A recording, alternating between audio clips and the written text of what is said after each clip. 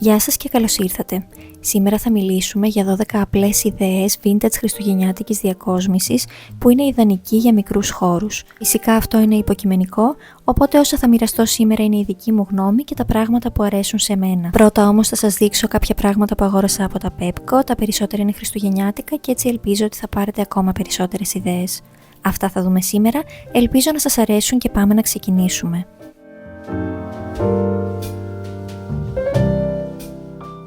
Λοιπόν, πριν αρχίσουμε θέλω να σας δείξω λίγο κάποια πράγματα που πήρα από τα Pepco. Τα πρώτα είναι αυτά εδώ, τα οποία βολεύουν σε συνθέσεις, σε δίσκους ή σε κάποια βαζάκια ωραία, θα δω που θα τα βάλω. Θέλει λίγο ψάξιμο, αυτό για παράδειγμα δεν ήταν σε τόσο καλή κατάσταση και σε πολλά από αυτά έλειπε τελείως το κουκουνάρι, ήταν βγαλμένο. Είναι πολύ οικονομικά, φαίνεται φυσικό αυτό και μου αρέσει. Επέλεξα άσπρα σχέδια για να εξισορροπεί λίγο με το κόκκινο, γιατί έχουμε πολλά κόκκινα πλέον διακοσμητικά και μου αρέσει που φαίνεται λίγο σαν χιονισμένο και νομίζω ότι θα μπορέσω να το κρατήσω και μετά τα Χριστούγεννα, γιατί είναι λίγο πιο ουδέτερο. Επίσης πήρα αυτά εδώ τα στολίδια, μου άρεσαν πάρα πολύ γιατί μου θύμισαν έτσι παλιά στολίδια. Μου αρέσει το χρώμα, παρόλο που δεν είναι το θερμό χρυσό, αλλά είναι αυτό το λίγο πιο ψυχρό, μου άρεσε όμως, ειδικά για διακοσμήσεις που το θέλω σε δίσκους, μάλλον εκεί θα το χρησιμοποιήσω. Κάτι άλλο που πήρα που δεν είναι χριστουγεννιάτικο, αλλά χρειαζόμασταν απλώς καινούργια κουταλάκια και μου άρεσε και το χρώμα, το χρυσαφί και το μακρύ σχέδιο. Είναι και ευολικά και σκέφτηκα ότι αφού έπρεπε ούτως ή άλλως να πάρουμε, να τα έχω έτσι για τον καφέ, ως κάτι λίγο πιο εορταστικό και όμορφο. Αν χρειάζεστε κάτι, θεωρώ ότι είναι πολύ ωραία αυτά. Έχει απ' όλα, έχει μαχαίρια, πυρούνια, αλλά δεν χρειαζόμασταν κάτι άλλο. Φυσικά δεν είναι χριστουγεννιάτικη, αλλά μιας και την πήρα ήθελα να σας τη δείξω την μπλουζίτσα. Στα 5 ευρώ, είναι 100% βαμβάκι, έχει πολύ καλή υφή και είναι λεπτή. Κάτι το οποίο μου αρέσει, γιατί πολλές φορές σε εσωτερικούς χώρους έχει πολύ θέρμανση και το παιδί ζεσταίνεται αν είναι πολύ ζεστό το από μέσα. Οπότε βάζω ένα μπουφάν από πάνω και είμαι εντάξει, και το κασκολάκι του. Για κάτι πιο καλό λίγο και για την εκκλησία την Κυριακή και για κάτι πιο επίσημο και με πουκαμισάκι από μέσα, άμα φαίνεται ο γιακάς θα είναι πολύ ωραίο. Αυτά.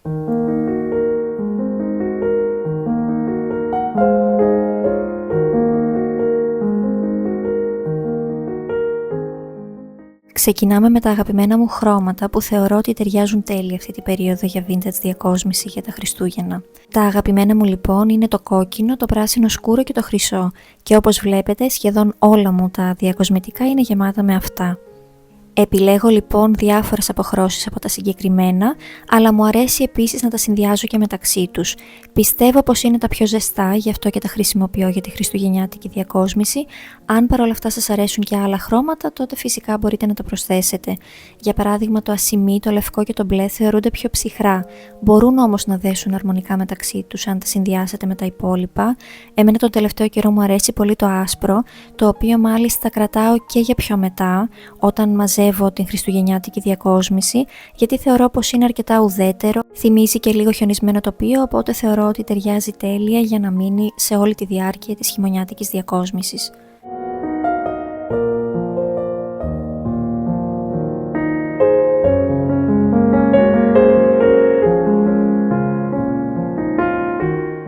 Επόμενα στη λίστα είναι οι μπάλες, οι γυρλάντες, τα λαμπάκια και το αστέρι στο χριστουγεννιάτικο δέντρο. Αυτά προφανώς είναι δεδομένα, απλώς ήθελα να σας δώσω κάποιες ιδέες σχετικά με το πώς θα στολίζω εγώ για ένα πιο κλασικό και παλιό στυλ.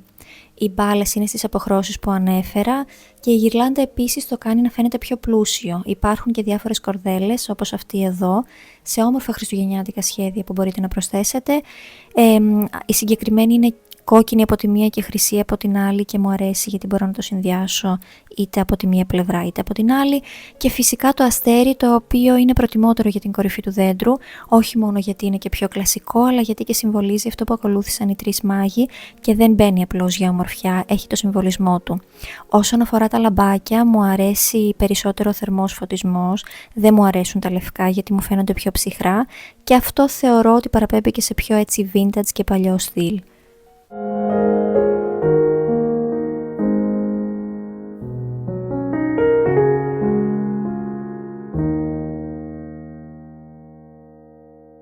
Μία άλλη ωραία ιδέα είναι τα βάζα με λαμπάκια και διάφορα διακοσμητικά. Ό,τι διάφανα βάζα έχετε μπορούν να χρησιμοποιηθούν όλο το χρόνο με αυτόν τον τρόπο. Και ιδιαίτερα τα Χριστούγεννα φαίνονται ακόμα πιο όμορφα κατά τη γνώμη μου, γιατί βάζουμε και τα λαμπάκια μέσα και το κάνουν να φαίνεται ακόμα πιο εορταστικό.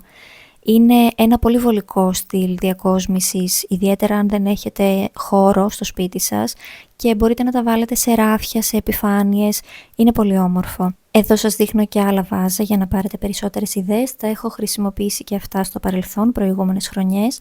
Θα βάλω αντίστοιχα βίντεο στην περιγραφή για να πάρετε περισσότερες ιδέες αν θέλετε. Δεν είναι κάτι το ιδιαίτερο, ούτε χρειάζεται να ψάξετε και να χαλάσετε πολλά χρήματα. Αυτό και το προηγούμενο τα είχα στην κουζίνα μου. Το ένα ήταν για να αποθηκεύω αλεύρι και το άλλο το είχα για μπισκότα. Οπότε απλώς αν ανοίξετε το ντουλάπι σας, ίσως βρείτε κάποια αποθηκευμένα να τα χρησιμοποιήσετε και να τα αξιοποιήσετε έτσι. Επόμενα στη λίστα είναι τα στεφάνια και είτε αγοράσετε ένα έτοιμο είτε φτιάξετε κάποιο δικό σας, είναι μια πολύ όμορφη επιλογή κατά τη γνώμη μου. Μπορείτε να διακοσμήσετε την εξώπορτα ή ακόμα και τις πόρτες των δωματίων σας με αυτά.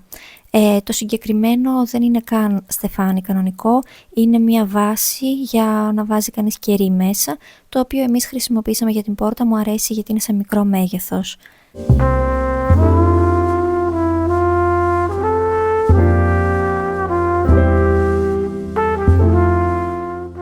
Κάτι που είναι σχεδόν πάντα στις λίστες που αφορούν τη διακόσμηση, τις οποίες μοιράζομαι μαζί σας, είναι τα κεριά. Οπότε δεν θα μπορούσαν να λείπουν σήμερα από τη λίστα. Αν ταιριάζουν σε όλη τη διάρκεια του χρόνου, τότε πόσο μάλλον τα Χριστούγεννα. Ακόμα και αυτά σε γενικές γραμμές έχουν τις αποχρώσεις του χρυσαφί και του κόκκινου και είναι κάτι που συνήθως κρατάω και μετά τις γιορτές για τον υπόλοιπο χειμώνα. Αν έχετε ήδη άσπρα κεριά μπορείτε να τα συνδυάσετε με χρυσά κυροπήγια που είναι και αυτά πανέμορφα για τώρα. Υπάρχουν πολλοί τρόποι να συνδυαστούν, ένας από αυτούς είναι η δίσκη που είναι και το επόμενο tip που θέλω να μοιραστώ. Προσωπικά όμως δεν τα καίω πολύ, κυρίως επειδή τα κάνω έτσι σε συνδυασμούς με διάφορα άλλα διακοσμητικά και δεν θέλω να έχω το άγχος μήπως καούν. Τα βάζω περισσότερο για διακόσμηση, οπότε μου κρατάνε και περισσότερο καιρό. Αν εσείς τα θέλετε να τα καίτε, είναι προτιμότερο να τα βάζετε χωριστά για να μην έχετε το άγχος ότι μπορεί κάτι να πιάσει φωτιά. Αυτό λοιπόν που βλέπετε εδώ είναι γιατί θα μείνει σβηστό το κερί. Και εδώ βλέπετε και τους δίσκους που ανέφερα, είδατε και πώς τους συνδύασα, υπάρχουν άπειρες ιδέες, ό,τι στολίδια σας περισσεύουν, τα κεράκια, λαμπάκια και όσον αφορά τους δίσκους δεν χρειάζεται να είναι κάτι αμιγώς χριστουγεννιάτικο, αν σας αρέσει βέβαια βάλτε το. Εγώ έχω αυτό το χρυσό δίσκο που χρησιμοποιώ σε όλη τη διάρκεια του χειμώνα και ο άσπρος που είδατε ήταν από την καλοκαιρινή διακόσμηση, μπορείτε λοιπόν να κάνετε πολλούς συνδυασμούς. Πάμε αμέσως στο επόμενο που είναι η φάτνη, που δυστυχώς τα τελευταία χρόνια έχει φύγει από τη μόδα. Κατά τη γνώμη μου είναι σημαντικό να θυμίζουμε στα παιδιά τι συμβολίζει αυτή η γιορτή. Η φάτνη είναι ένας από τους καλύτερους τρόπους να το κάνετε. Ο άλλος είναι τα παιδικά βιβλία που αναφέρονται στη γέννηση του Χριστού. Μία μικρή λοιπόν έστω κάτω από το δέντρο δεν θα σας πιάσει πολύ χώρο και θα είναι πολύ πιο σημαντική από ό,τι νομίζουμε.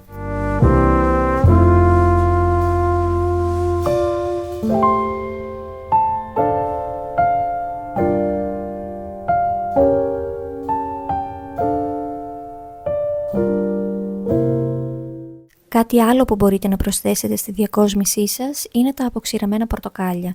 Χρησιμοποιούνται σε πάρα πολλές κατασκευές, μπορείτε να φτιάξετε στολίδια, να τα βάλετε σε γιρλάντες μαζί με κάτι άλλο ή και μόνα τους, να τα προσθέσετε σε στεφάνια. Προσωπικά μου αρέσουν πολύ ως επιλογή και είναι κάτι που μπορούμε εύκολα να φτιάξουμε στο σπίτι, αλλά υπάρχουν και στην αγορά έτοιμα αν θέλετε.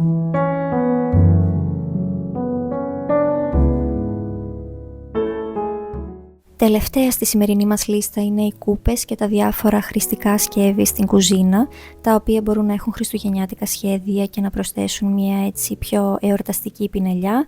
Υπάρχουν άπειρες ιδέες και επιλογές, εγώ όπως πάντα παραμένω στα χρώματα τα οποία μου αρέσουν περισσότερο. Αυτές είναι λοιπόν οι δικές μου προτάσεις για κλασική χριστουγεννιάτικη διακόσμηση. Ελπίζω να σας άρεσαν, να θυμάστε πάντα ότι η σημασία έχει τι αρέσει σε εσάς, δεν χρειάζεται ούτε να ακολουθήσουμε κάποια μόδα, ούτε πειράζει να χρησιμοποιήσουμε τα περσινά διακοσμητικά. Όλα αυτά είναι όμορφα, αλλά η ουσία των Χριστουγέννων είναι άλλη. Και κατά τη γνώμη μου, ο καλύτερος τρόπος να μπορέσουμε να τη βιώσουμε αυτή την ουσία είναι να κρατήσουμε τα πράγματα όσο γίνεται πιο απλά. Αυτά ήταν λοιπόν για σήμερα. Σας ευχαριστώ πολύ που ήσασταν και σήμερα εδώ. εδώ και θα τα ξαναπούμε σύντομα. Γεια σας!